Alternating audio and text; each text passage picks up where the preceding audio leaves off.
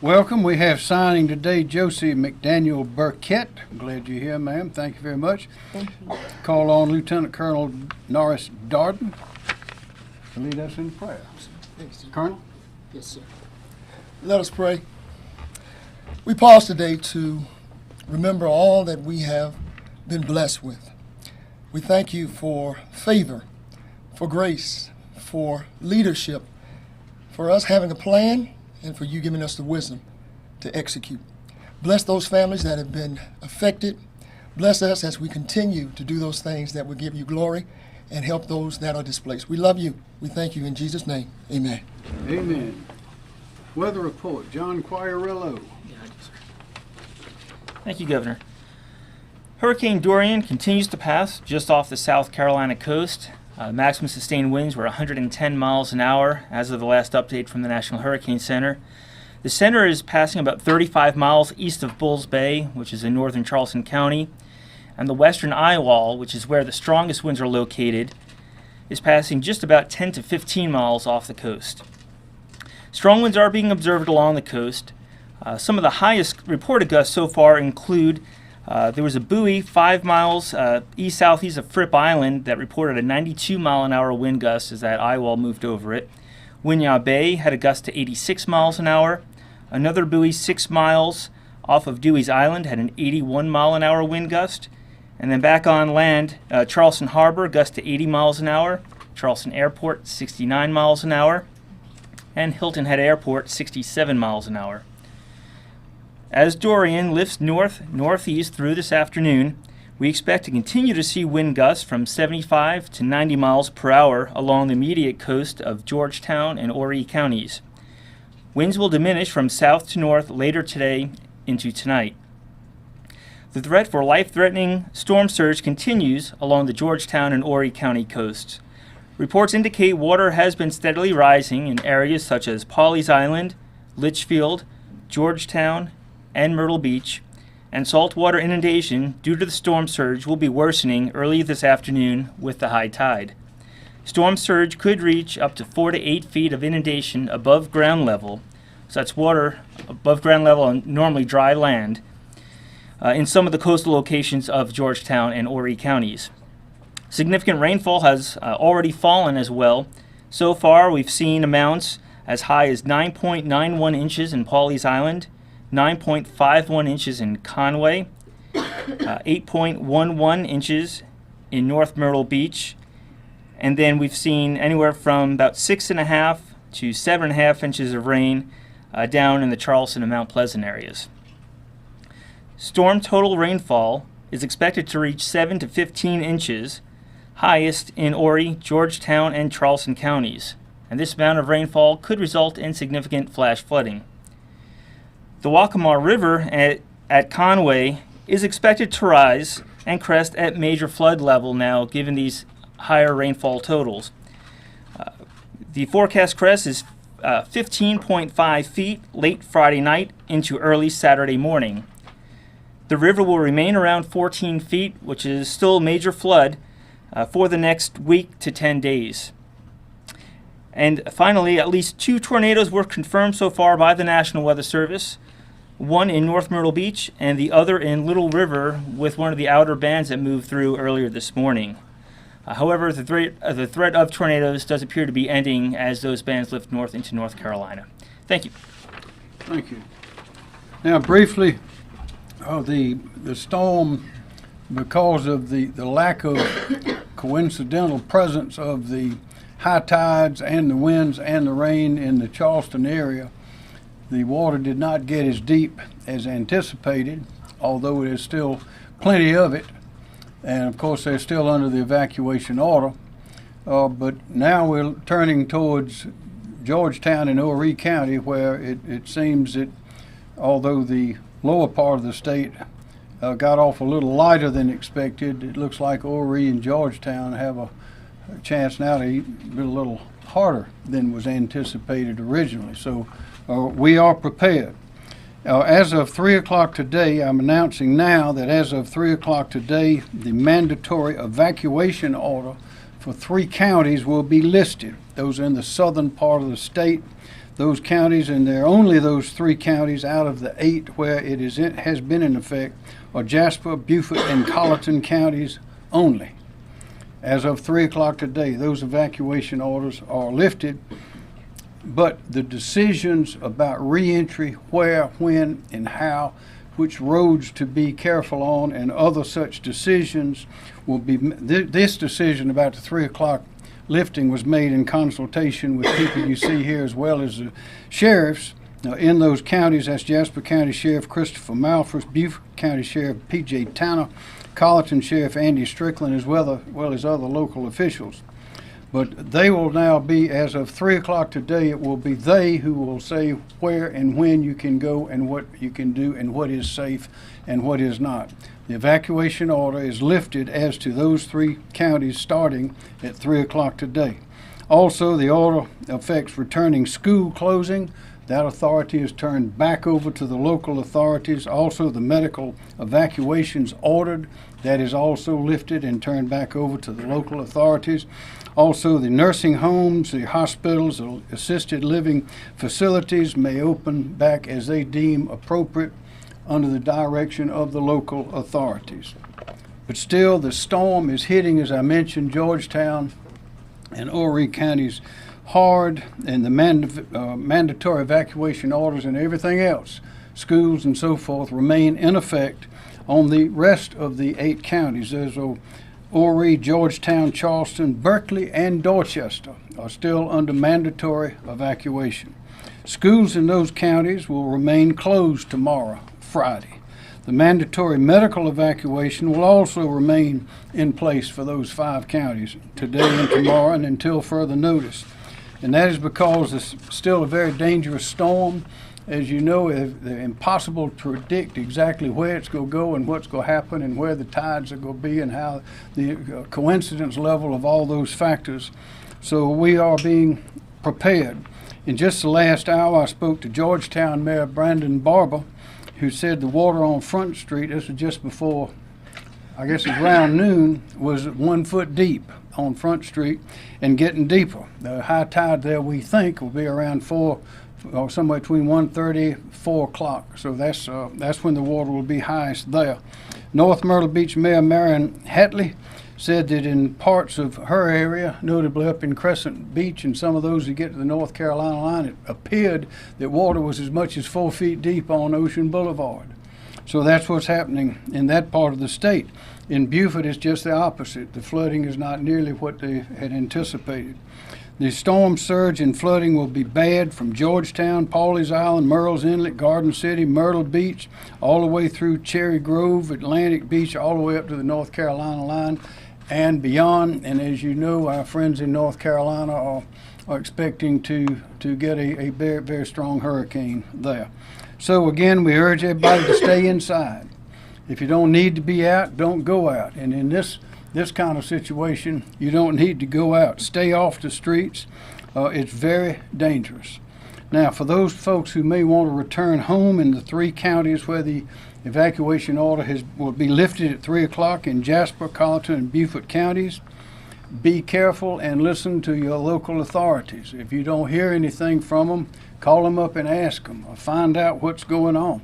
Also, I want to remind everybody that we have a lot of film, a lot of pictures, a lot of information, a lot of data here, but you can also get a good look by looking at some of the local reporters that are out in the areas that show exactly what's going on in various parts of these cities. So do stay informed.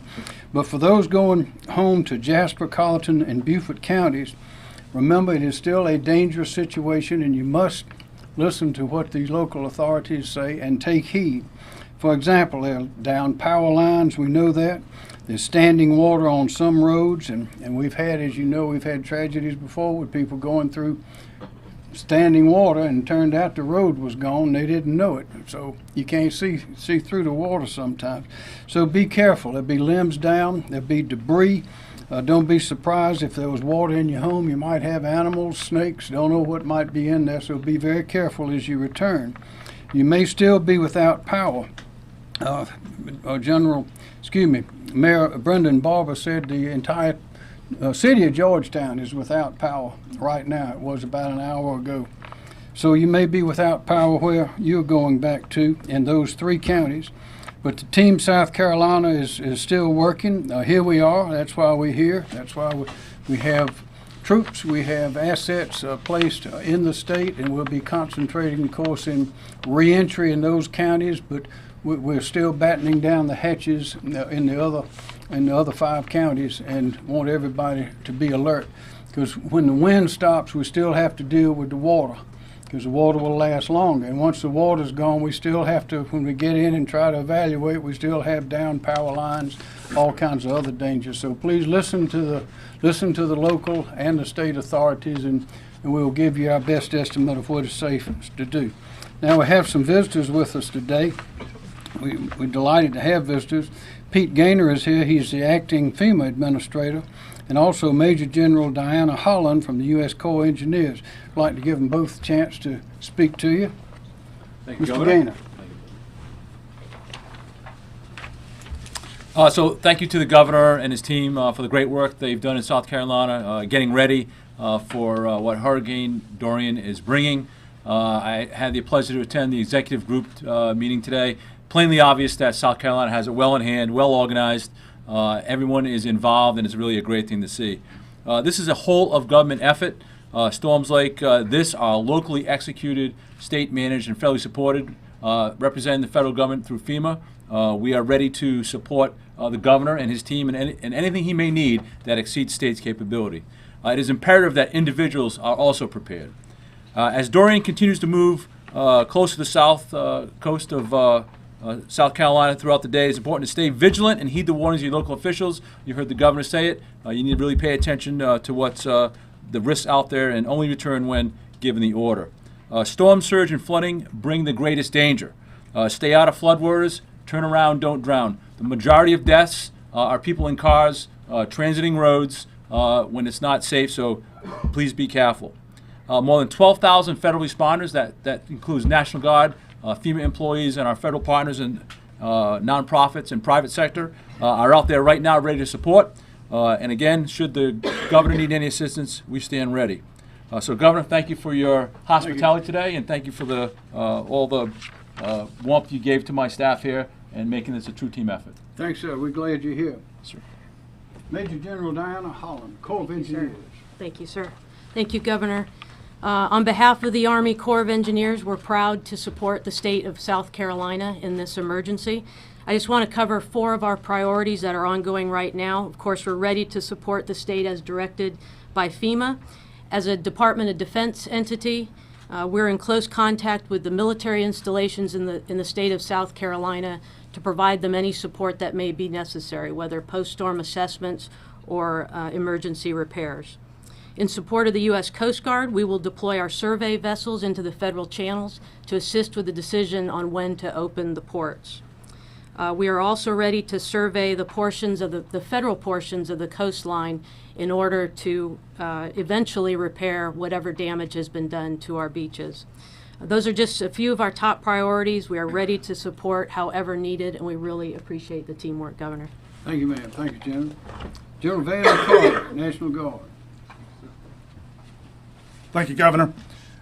Currently, over 1,400 soldiers, airmen, and members of our State Guard remain deployed in the affected area in response to Hurricane Dorian. Most of those individuals are currently sheltered and will remain there until given that it is clear to go forward, and at that time they will support reentry into the affected area.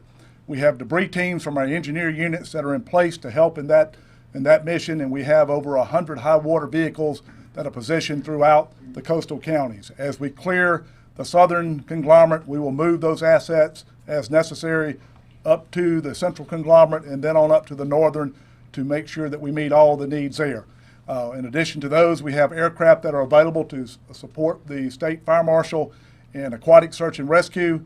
We continue to monitor the assets that are available to us through Title 10 or other assets that are in the southeast region, and we're preparing for what other missions that may come in response and recovery operations. Thank you, Governor. Thank you, General. Secretary of Transportation, Crispy Hall. Thank you, Governor. The 2,200 men and women of the South Carolina DOT are currently very much actively engaged in emergency response and recovery operations in the Beaufort, Hilton Head, and Edisto areas. We've gone in and done our initial assessments with our advanced teams. We've inspected the bridges. The bridges have all checked out fine. We are in the process of doing traffic signal restoration work in some of these areas as required. As the governor and others have mentioned, we're still waiting for the storm to pass by in Charleston, Georgetown, and Myrtle Beach area. And of course, once it's safe to do so, we will get out and conduct our assessment and recovery operations, as well as the necessary bridge inspections in those areas. You heard John Q mention the Waccamaw River. We continue our analysis with regards to our infrastructure in that area to try to anticipate what may be coming our way Friday and beyond. And just a few final stats for you. Evacuees, our total number of evacuees is 441,000, which is very, very similar to what we had for Hurricane Florence last year. And on I-26 reversal, our final stats on that, again, taking into account that we started the reversal an hour and a half early based on traffic conditions, and we were able to extend it an additional 2 hours based on the governor's observation on traffic flows. For a total of 52 hours in operation, we were able to move 89,000 vehicles on I-26 westbound, and that includes 17,000 vehicles that were on the reverse side of the interstate. I encourage, just like the governor does, to heed the warnings of the local officials, and in particular, if a road is barricaded, do not drive around those barricades and do not move those barricades. They are there for your safety. Back to you, Governor. Director Leroy Smith, Department of Public Safety. Thank you, Governor. There are no reported storm-related deaths at this time. Once a death is confirmed by the coroner, then we will provide that information to you. I-26 lane reversal ended yesterday.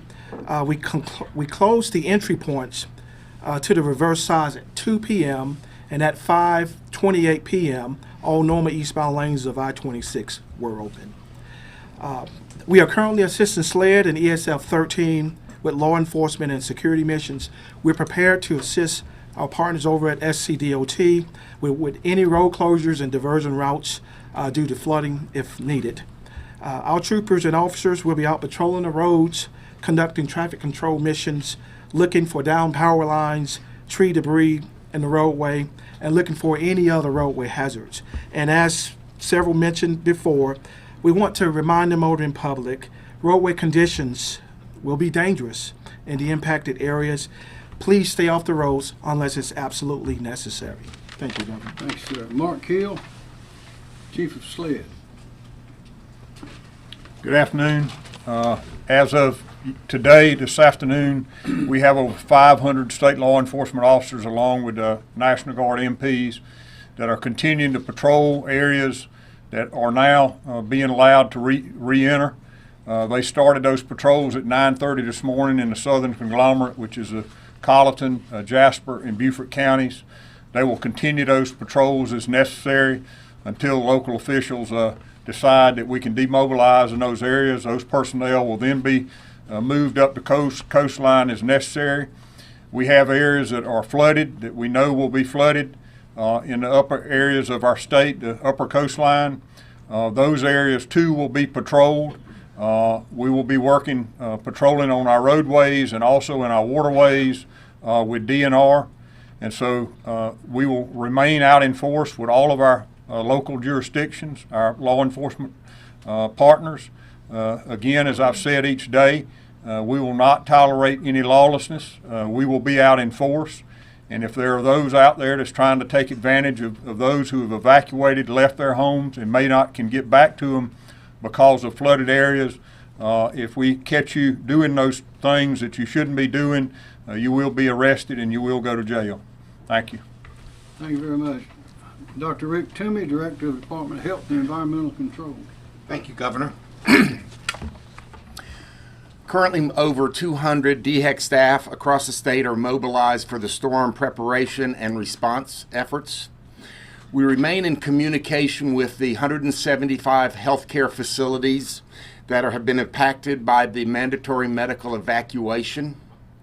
More than 150 ambulances were deployed to help facilitate medical evacuations before the storm. And of note, we still have 90 ambulances and 220 paramedics, EMTs, and support staff from across the country, and they're staged here in Columbia on standby to provide additional support if and when needed. We continue to monitor the rainfall amounts. Yesterday, based upon those revised numbers, our dam safety team completed additional pre-storm dam assessments based on the adjusted rainfall amounts. And finally, our Caroline 1-855-4SC DHEC, or 1-855-472-3432, remains open to answer questions from our patients and women, infant, and children clients. Thank you, Governor. Thank you. Thank you very much. Michael Leach, Director of the Department of Social Services. Thank you, Governor. Afternoon. At this time, South Carolina has 35 shelters open across the state. Of the 35 shelters that are operating, 32 are general population shelters and 3 are medical needs shelters, and we are utilizing 28 school buildings. As of 1:20 p.m., we have a total population of 2,484 individuals in all shelters. The number includes 2,426 general population individuals and 58 medical needs clients. South Carolina currently has 22 shelters on standby across the state, including 4 general population shelters and 18 medical needs shelters. Our total capacity is 19,439 occupants, and we are presently at 12% of that capacity. As of last evening, Red Cross and the National Guard delivered cots to all our shelters. Any residents deciding to seek shelter are reminded to bring blankets, sleeping bags, pillows, medications, and special foods if you are on a restricted diet. Partner organizations are supplying food and water at all operating shelters. Shelter information can be found at scemd.org.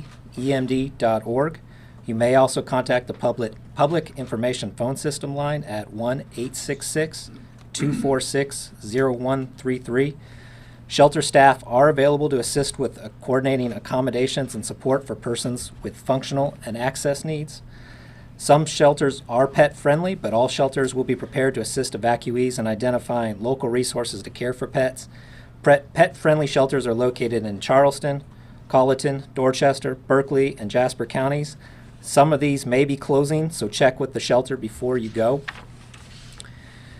Because DSS county offices located in evacuation zones are closed, we ask the patience of our citizens who experience longer wait times when calling about benefits. We are communicating with the Office of Regulatory Staff to closely monitor the power situation to determine the effects, if any. And our DSS Early Care and Education activated their emergency hotline for child care facilities to report damage, report closures, and request to expand capacity to care for the children from facilities affected by the evacuation. That number is 1-888-825-7174. Thank you very much. Emily Farr, Labor Licensing and Regulation. Thank you, sir.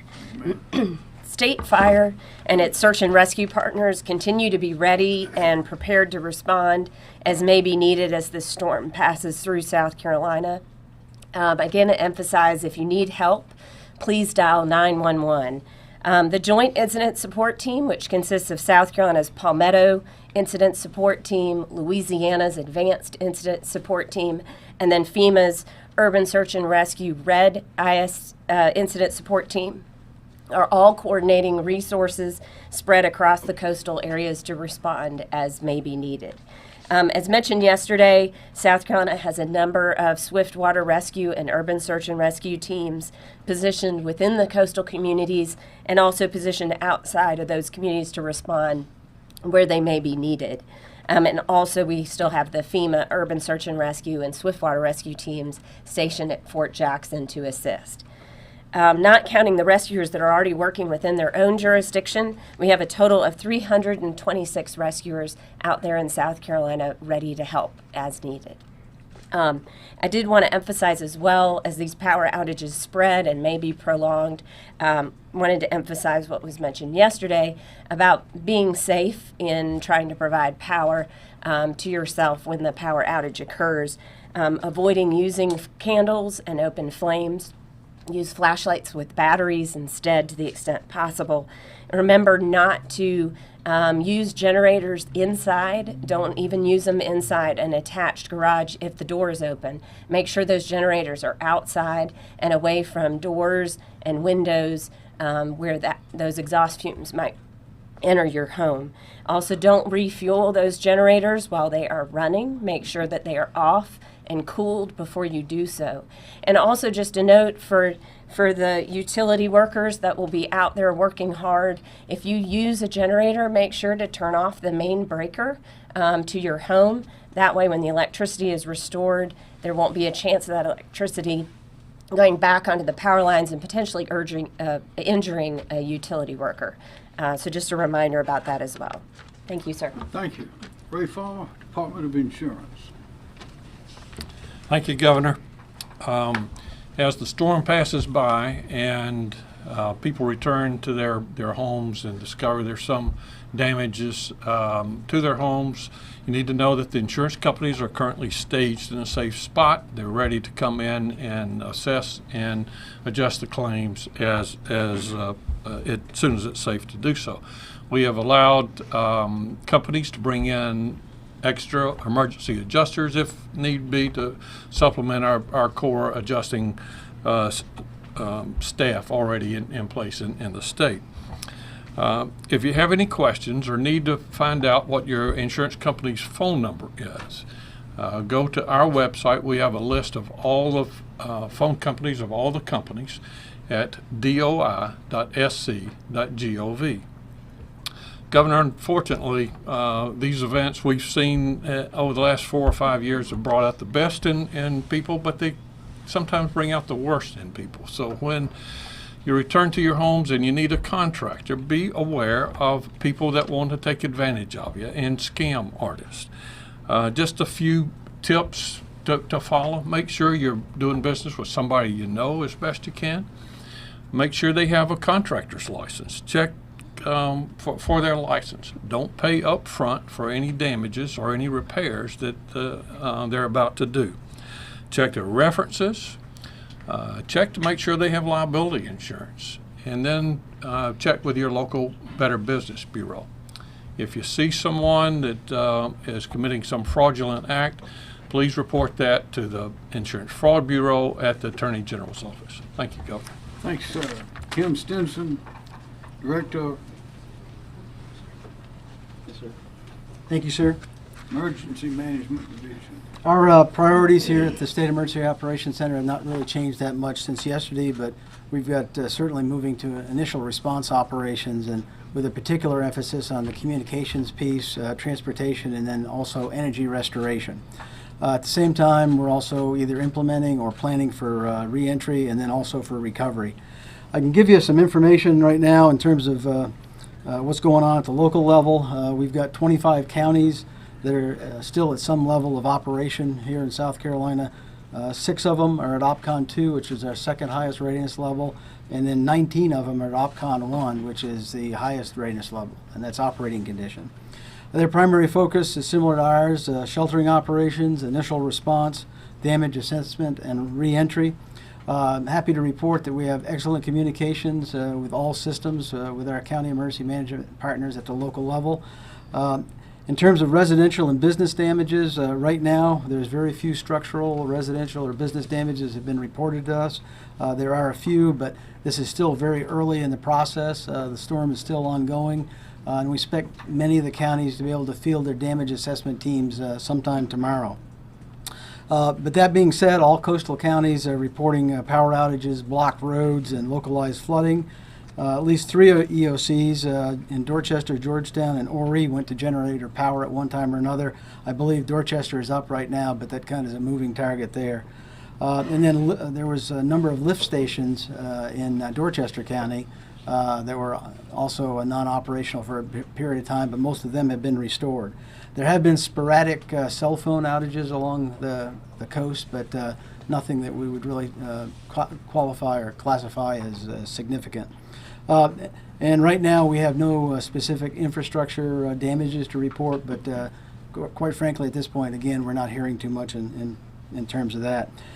County government closures, there's right now 23 of them, counties that have closures for the county government, and that's mostly from the middle and south, and a similar set of circumstances for the school closures as well. But there's only, well, there's actually 27 counties that have school closures today. We continue to work requests from the local authorities. We've got right now about 400 we have received to date.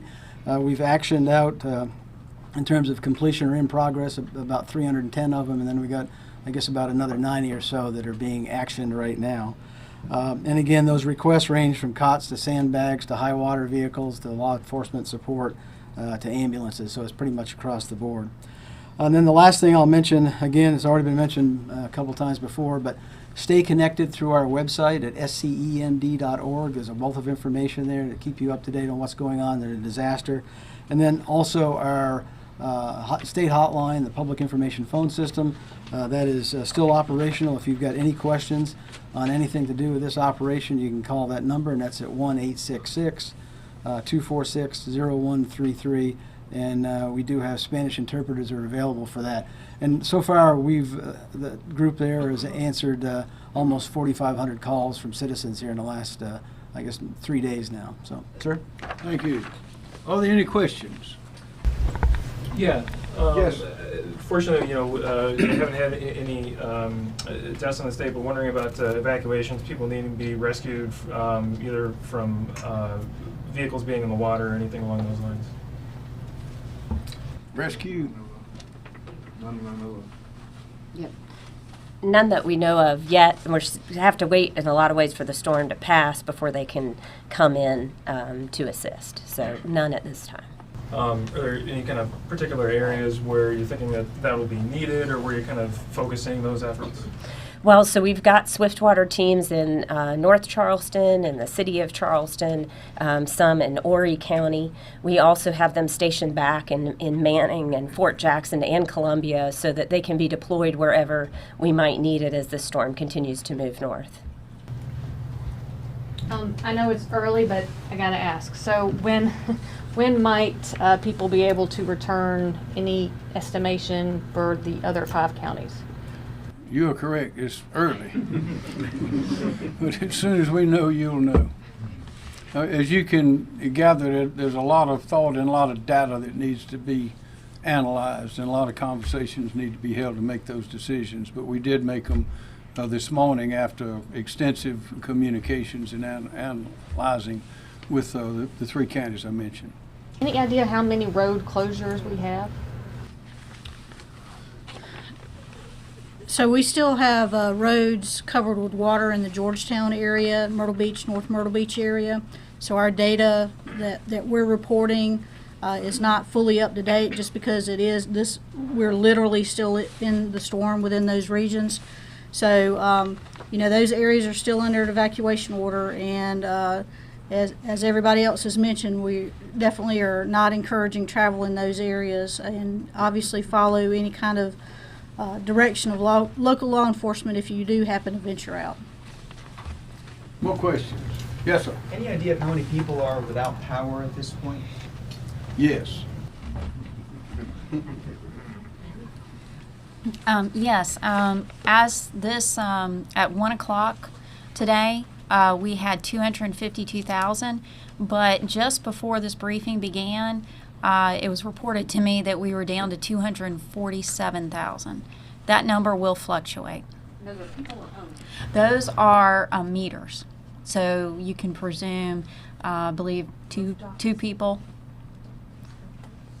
per home, generally speaking. So, but those were meters. And then, Governor, I know you also talked about kind of the focus now, Horry and Georgetown counties. You've talked about it throughout the week, but now that it's actually here, what's your message to the people who have decided to hunker down in those counties? Well, it's the same as it has been all along, and I mean, we're still concentrating on Beaufort and Jasper because we have a lot of work to do there. It's just a different kind of work now. But we'd urge everybody to stay inside. As you can see from images that we're receiving from cameras all over the place. The winds are blowing, the waters are getting deeper. In Georgia, I'd be interested to see what it is in Georgetown in an hour or so. But on up the coast is where we still have high winds and a whole lot of water. So if you have not left in those areas, if you left from other areas, or if you're still there, be careful.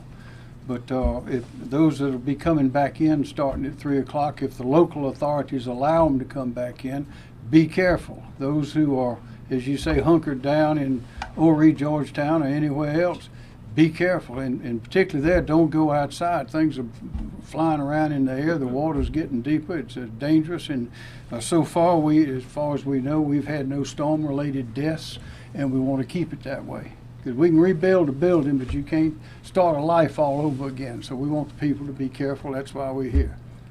What's the recovery response going to look like? Is it going to have the folks that we've had emergency responders here in the Midlands? Are they going to be diverted to help clear that up, especially given that it seems that we're kind of out from under the gun? Right. Well, we'll work the recovery process as we go through the damage assessment process and see where we need to go in terms of either infrastructure or residential repairs and that sort of thing. So we'll go through that process. We'll work very closely with FEMA on that in terms of possible federal reimbursements. So does that kind of answer your question? Well, I was also more just a bit wondering if it's more along the lines of, are you sending any of the emergency personnel, like she was saying, we have folks who are mobilized here, like Fort Jackson, send them kind of down along the way to sort of help with that response? Oh, okay, absolutely. I'm sure that's going to happen. We receive some assets from the south ourselves here, and I'm sure that'll happen as the process moves forward. And I don't know if either of you two have anything about the response down there coming up here, but that's pretty much makes sense, I think. Moving forward. Process in motion. Yeah, process in motion.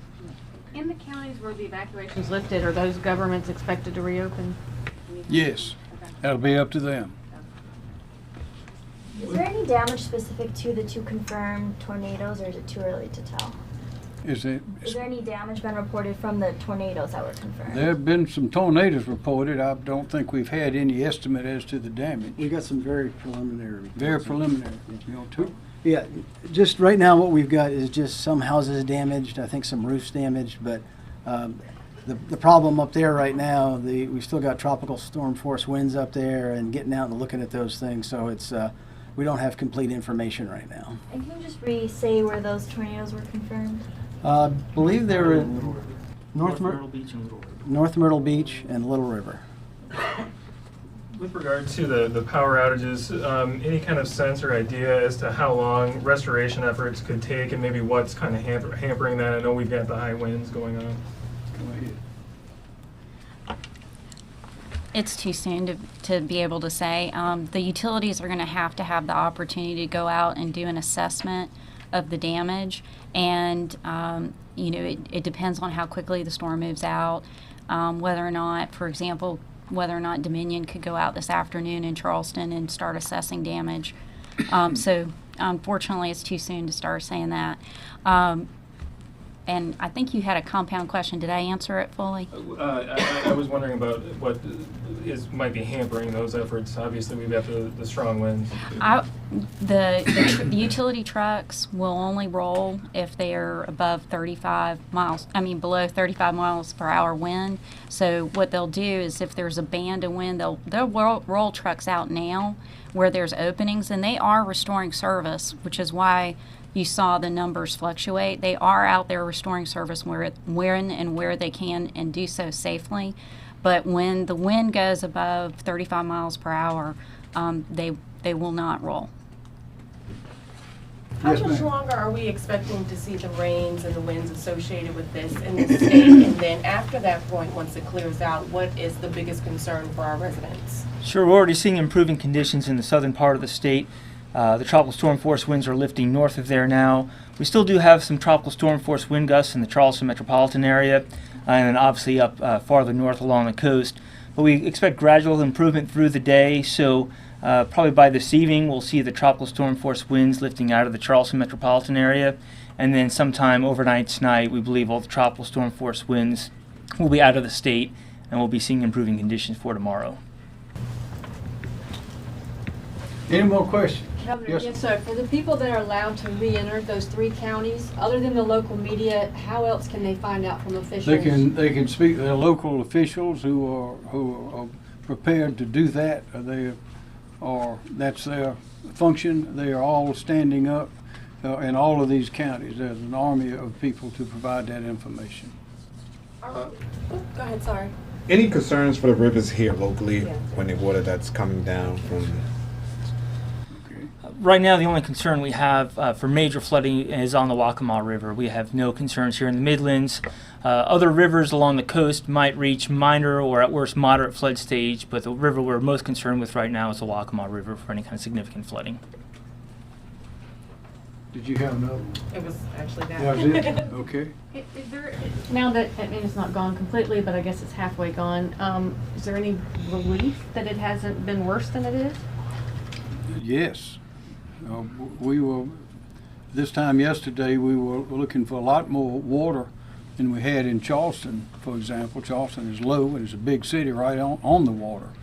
But because the high tide and the wind and the rain did not all happen in different directions at the same time, we were spared several feet of water in the streets of Charleston, although we had a lot, but we didn't have what could have happened. Now, it looks like it may be deeper in Georgetown and up the coast than had been expected a couple of days ago. But that's the way hurricanes work.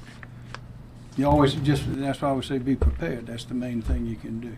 Is that the unexpected nature of how it's deeper farther up the coast? Is that affected? Has it made it worse for them, or rather, were they not prepared enough? They were prepared. They were prepared. We were prepared. Everybody's prepared. This is the 5th year in a row we've had something happen. So we people, except the visitors here, who come in to vacation, everyone in the state is thoroughly familiar with how hurricanes and floods and storms work.